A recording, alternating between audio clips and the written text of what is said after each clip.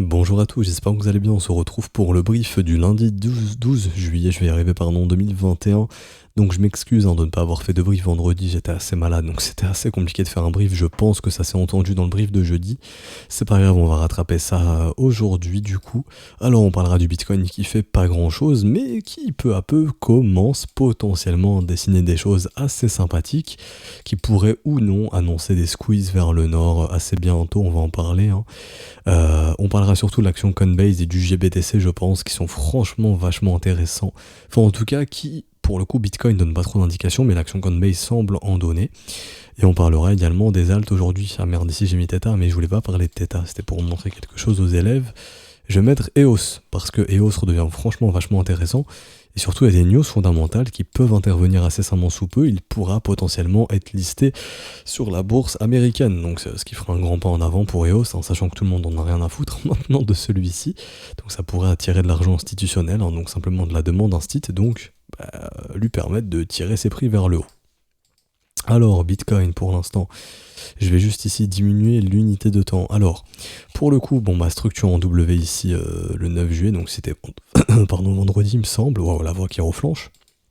Donc vendredi. Donc c'est bien, ça montre que cette demande est une zone demandée par les acheteurs. Ok, les acheteurs arrivent à vraiment poser leur bottom maintenant. W ici, W ici, W ici, W ici et W ici.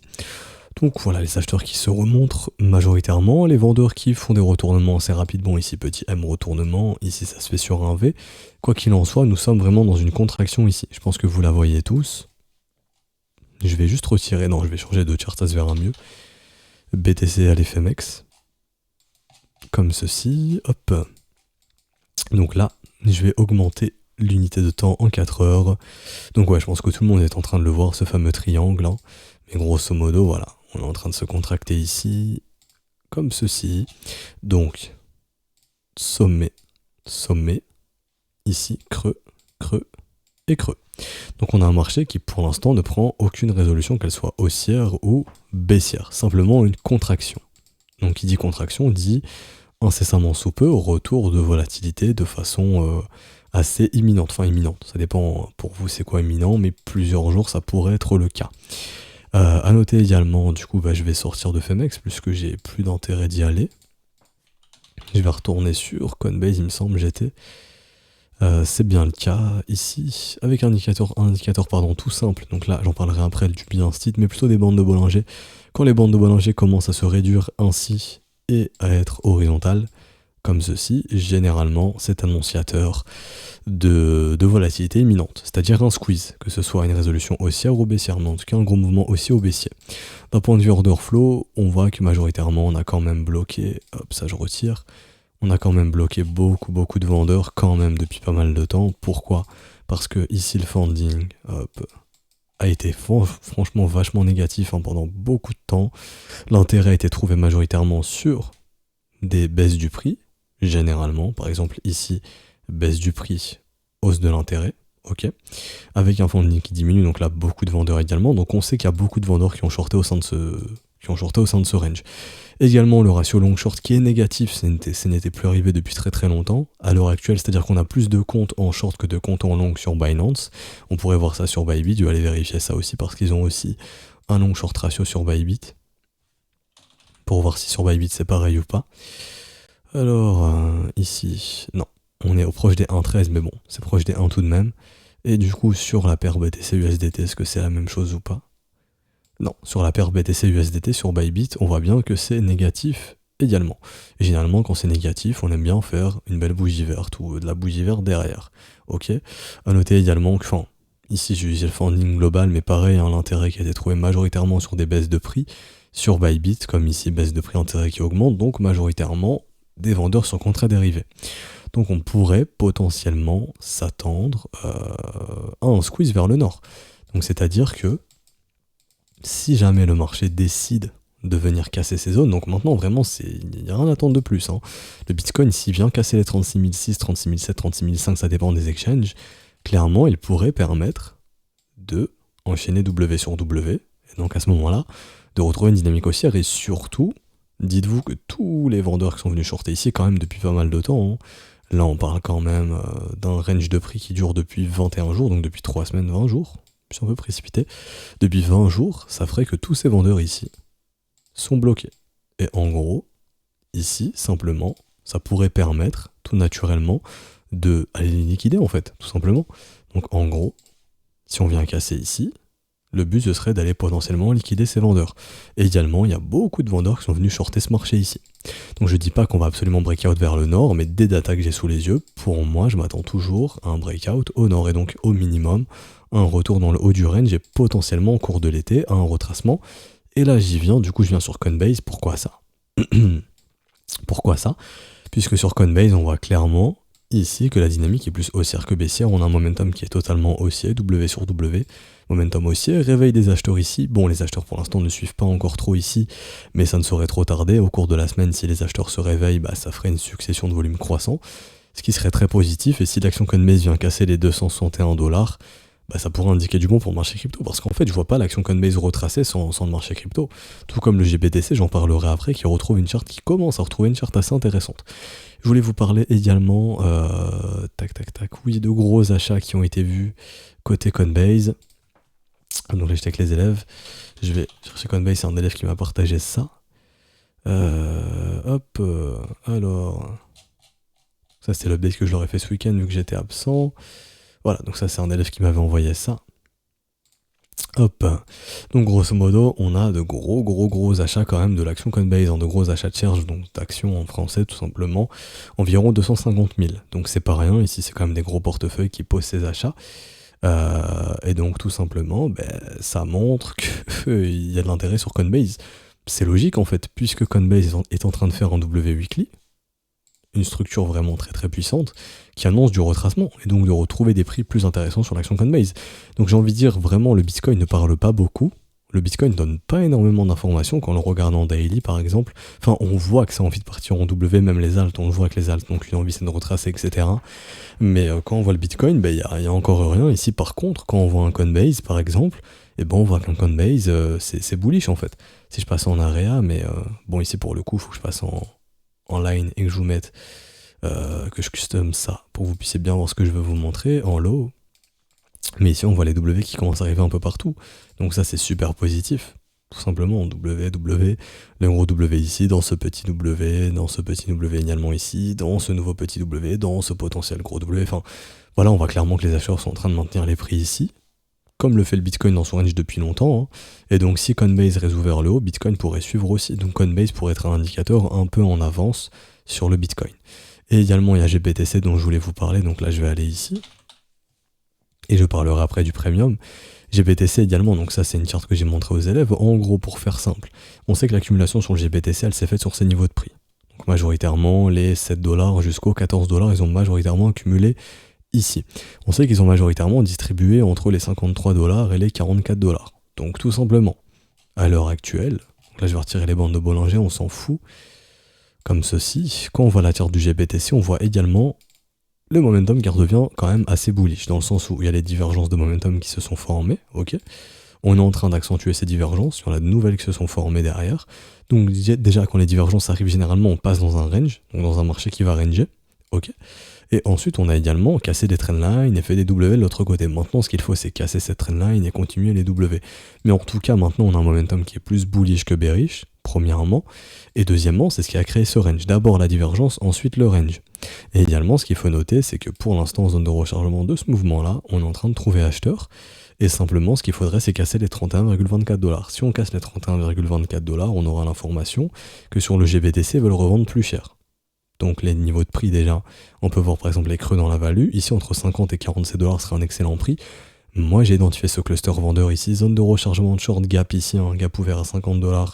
Et ce gros cluster vendeur ici, donc en gros la trendline et les grosses zones de demande ici, enfin les grosses zones d'échange, pardon, donc les grosses zones vendeuses. Et pourquoi ici je dis ça? Puisque on le voit aussi ici, donc ça on s'en fout. Donc oui aussi ici, ça je voulais en reparler, mais on sait qu'il y a beaucoup de vendeurs, beaucoup de gens qui ont capitulé ici, on a des records de vente pour le coup. Donc ce qui fait qu'en gros, ce qu'on appelle les bag holders, des gens qui sont bloqués en haut, il y en a de moins en moins. Puisque ici on a vu que clairement, ça a pas mal paniqué ici, ça a pas mal repaniqué ici, ça a pas mal paniqué ici. Donc simplement ceux qui étaient bloqués plus haut ont vendu, ou ceux qui ont pu être bloqués vers ces niveaux de prix ont vendu. Donc simplement ce qui fait qu'il y a aussi moins de résistance. Donc ça peut être plus facile de pumper les prix pour revendre à un meilleur prix. Mais également ici, quand je passe sur le Grayscale Premium, on voit clairement que déjà la baisse de l'intérêt instit, elle s'est faite en janvier-février, donc le Bitcoin grosso modo il a commencé à avoir du mal à pumper vers février quand les instituts ont arrêté d'en acheter. Mais surtout on voit que le pic de vente il a été trouvé ici en fait. Le prix le plus bas a été trouvé ici, donc les instituts se mettent à de moins en moins vendre sur ces zones de prix. Donc ils ont un intérêt à revendre plus cher, très très probablement. Donc théoriquement, à la rentrée, si on retrouve un Bitcoin vers les 48, 50 000 dollars, probablement que ce sera revendu par les institutions en fait. Parce qu'ils retrouveront les prix attractifs pour les vendre. Parce qu'actuellement, ils ne retrouvent toujours pas ces prix attractifs pour acheter, à contrario. Je m'explique ici, si vous regardez le flows de Grayscale, on voit que ça rachète pas de Bitcoin. Là, ça en achetait beaucoup, là, ça en achète plus. Donc là, il n'y a pas de demande institutionnelle assez élevée sur ces niveaux de prix encore. Ça, c'est mon avis. Hein. Également, ici, on le voit sur le GBTC, où ici, vous avez un volume croissant, donc les instituts achètent beaucoup. Ah, là, le volume commence à devenir décroissant, donc là, baisse de l'intérêt. À l'heure actuelle, pareil, le volume il est toujours décroissant, donc ici il n'y a pas un intérêt acheteur massif des instituts. Mais en revanche, ça change rien au fait que ce marché pourrait être mature pour faire un retracement. Donc justement, ce serait qu'un retracement. Ce ne serait pas ça y est, le Bitcoin s'est reparti sur la lune, on va à 100 000 dollars, non. Vraiment, si on revient dans des zones de rechargement de short, voyez ça comme des opportunités de récupérer du cash, de l'argent, parce que clairement, il n'y a pas de signe de bottom majeur ici. Clairement, il n'y a pas de signe de bottom majeur. Si les W se forment, c'est très bien, ça annoncerait un retracement, mais ni plus ni moins. Donc la zone de rechargement de short serait vraiment une bonne opportunité pour revendre en Bitcoin et vendre en altcoin aussi, hein, de délaisser de la crypto. En gros, vous prenez le total market cap, comme ceci. Pour le coup, lui vraiment qui demande que ça, de breaker, hein, les W ont déjà été présents ici. La prochaine confirmation, c'est si on vient breaker ici les 1485 milliards.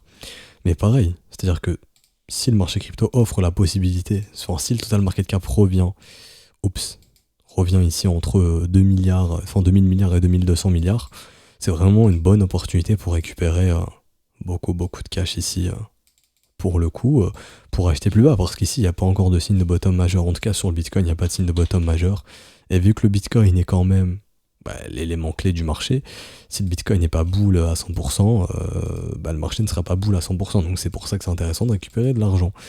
Tout simplement. Et sur du court terme, vraiment, je vais pas me prendre la tête puisque c'est une contraction, et donc on attendra la cassure des 36 600. D'un point de vue momentum, très rapidement sur Bitcoin, le momentum a été récupéré ce week-end, j'ai envie de dire, samedi 10, dimanche 11, et derrière, le breakout, hein, mais encore est-il qu'il faudrait avoir un volume acheteur, qu'il faudrait avoir un momentum réellement bullish, etc., etc., et là, on a déjà le momentum qui redessine la divergence baissière, c'est pas top. C'est pas top. Et pour l'instant, j'ai pas encore ici d'informations que le momentum est bullish en 4 heures. Donc continuons de ranger et continuons de faire un petit peu mémuse au sein de ces niveaux de prix. A noter également que le réel cluster acheteur et le réel intérêt acheteur, il est plus bas vers ces niveaux. Donc tant qu'on n'y vient pas également, on ne saura pas si ces acheteurs sont assez puissants pour maintenir les prix. Si c'est le cas, ce serait vraiment positif. Mais voilà, le Bitcoin, ça reste vraiment du range. Si je devais donner des indications de prix, vraiment à regarder pour pas se prendre la tête, parce que vraiment, il n'y a rien d'autre à dire. Hein. Mais grosso modo, je vais venir le faire ici. Déjà, c'est sur le GBTC. Surveillez bien les 24 dollars et les 31,24 dollars. Mais surtout ici, la vraie zone à surveiller. Non, c'est pas ici, mais ici. La vraie zone à surveiller, elle est ici. C'est-à-dire que... je vais prendre ça ici. Je vais le déplacer ici. Mais voilà. Donc c'est assez volatile, c'est une zone assez étendue, je suis d'accord avec vous, mais clairement c'est ça, c'est juste cette zone en fait. 36 600, 28 700. Le range de base qui était ici, maintenant on est toujours aussi dans ce gros range, mais maintenant le range d'actu ce n'est plus lui, mais c'est clairement lui. Ça c'est le range actuel, donc le range qui s'est réduit encore en volatilité. Donc si jamais on revient à attaquer les 30 ou 29 000 dollars, paniquez pas, simplement revenir vers le bas du range. Si on s'affranchit des 28 800, là ça sent pas trop bon, clairement. Mais quand on voit les alts, etc., il y a vraiment une volonté du marché de retracer, il suffit de regarder un petit peu la gueule des alts pour s'en rendre compte. Maintenant, il faut que le Bitcoin confirme lui aussi. Et du coup, pour finir ce brief, je vais vous parler d'Ethereum et ensuite d'EOS. Alors, Ether, qui pour l'instant trouve appui sur son premier arrêt. Si on vient casser ici, nouveau W qui se forme. Et donc, possibilité pour Ether de faire un nouveau sommet. Pareil sur Ether, hein, la seule chose qu'on attend, c'est de venir casser ici les 2436, 2440 pour redevenir très très encourageant. Et je vais passer en 4 heures, mais là ça se voit bien. Vous voyez ici, si on fait le W sur le premier arrêt, ce serait vraiment très très positif.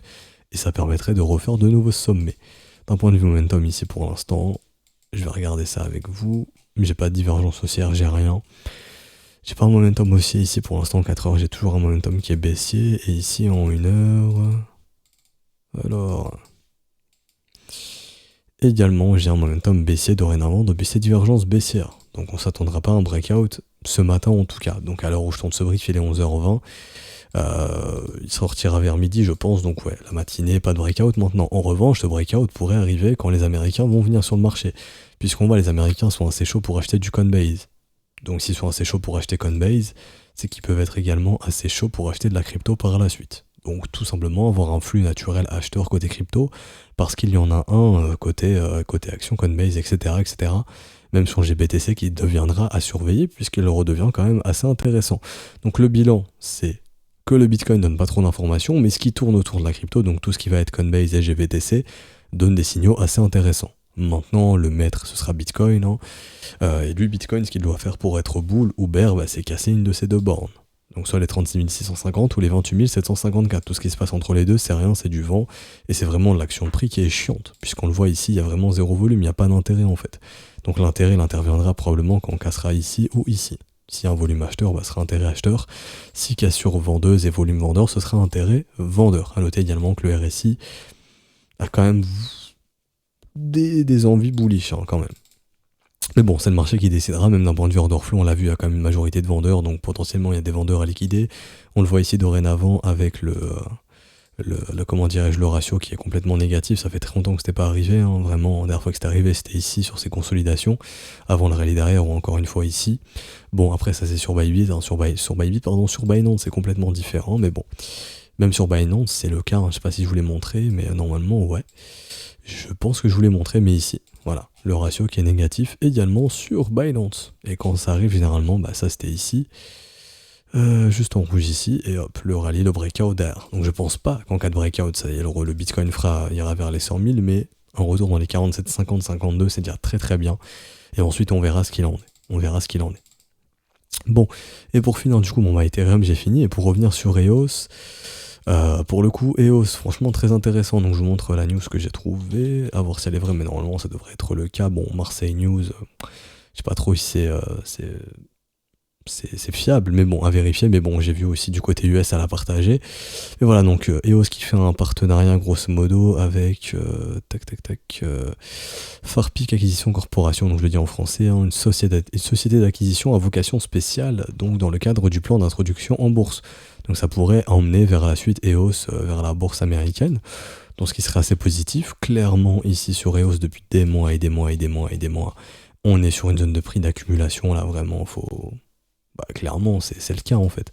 Quand on voyait autant de W se former sur une même zone de prix, ça montre que clairement il y a des mecs ici qui posent des ordres en millions et qui viennent aspirer toutes ces zones de prix, qui les achètent volontiers. Premièrement, et deuxièmement que les vendeurs n'arrivent pas à pousser les prix plus bas, et là on le voit bien, dès qu'on est revenu dans ces zones de prix, on voit le marché qui se retourne. Donc maintenant ce que j'ai sous les yeux c'est quoi? C'est un marché qui retrouve une bonne zone, une bonne localisation ici, c'est-à-dire déjà ces grosses zones d'accumulation, mais surtout sous la zone de rechargement ou dans la zone de rechargement, donc là on est dessous, donc c'est super. Donc déjà je sais que c'est une bonne localisation, où je vais essayer d'acheter ce marché. Deuxièmement, j'ai un marché qui dessine divergence, de nombreuses divergences ici, déjà une grosse divergence. Très très bien, ça me montre clairement que les vendeurs perdent de force sur le mouvement baissier. Les vendeurs s'essoufflent, et on le voit, de toute façon dès qu'on vient ici, les vendeurs s'essoufflent. Et également, j'ai ce W potentiel qui pourrait se former. Donc annonciateur d'un retour de dynamique haussière. Donc simplement, si on a des news positives que demain, je sais pas, dans les prochaines semaines, EOS est introduit en bourse, c'est super positif. Donc si on a un fondamental qui est positif, un technique qui devient positif, franchement c'est très très bien. Également, pour moi, on évolue de l'autre côté des trendlines juste ici, hein. C'est une bonne chose. D'un point de vue momentum, c'est encourageant. Et également ici, hop, trendline baissière de l'autre côté, le W de l'autre côté également qui pourrait prendre forme. Super positif, donc EOS serait mature pour un retracement. Donc à ce moment-là, le retracement, ce serait où? Premièrement, premier arrêt, retracement de moitié et zone de rechargement de short. À noter également, petite règle de Yann, hein, qu'un marché peut retracer de moitié en moitié moins de temps, qui est souvent assez respecté. Ici, je vais chercher la règle, donc FIB Time Zone, ici, et on va voir ça nous target ça pour quand. Ah bon, bah là, pour le coup, c'est un peu just, hein, mais Monsieur Gain serait content si on avait un EOS à 8,92$ d'ici demain. Donc là, je pense que ça va être un peu mort pour le retracement de moitié ici.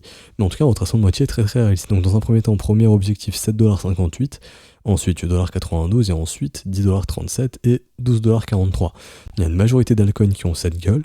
Donc vraiment, ça c'est des alts qui ont envie de retracer clairement. Quand vous vous mettez à voir ces W, je le répète. Mais ça annonce généralement qu'on a un marché qui veut pumper en fait, qui veut prendre de la valeur. W, on prend de la valeur, W, on prend de la valeur, W, on prend de la valeur. Donc là, pareil, W, prendre de la valeur, ce serait assez cohérent. Maintenant, il y a toujours le risque Bitcoin. Donc le Bitcoin ne confirme pas, lui aussi, qu'il a envie de reprendre de la valeur, qu'il a envie de venir briser ici les 36 193, 36 700$ grosso modo. Bah ça va être compliqué d'avoir des altcoins qui vont performer, parce que le Bitcoin, il a toujours le risque de faire ça en fait. Et si le Bitcoin fait ça, bah les altcoins vont l'accompagner, tout simplement. Donc c'est ce qui peut causer du tort à ce genre de setup. Mais en tout cas, les altcoins ont vraiment de belles gueules. Et ici, EOS arrive à aligner fondamental et technique. Pour moi, il y a clairement le FA, donc le fondamental, plus le technique, l'analyse technique. Le FA, c'est simplement possibilité d'être listé à la bourse US. Et également, le technique, qui pour le coup, il est localisation, momentum, et structure qui demande qu'à se former, tout simplement. Donc ce qui fait que la technique est présente. Du coup, je vais m'arrêter ici pour aujourd'hui. J'espère que ça vous aura plu. Si c'est le cas, n'hésitez pas à laisser un petit pouce bleu, vous abonner si ce n'est pas déjà fait.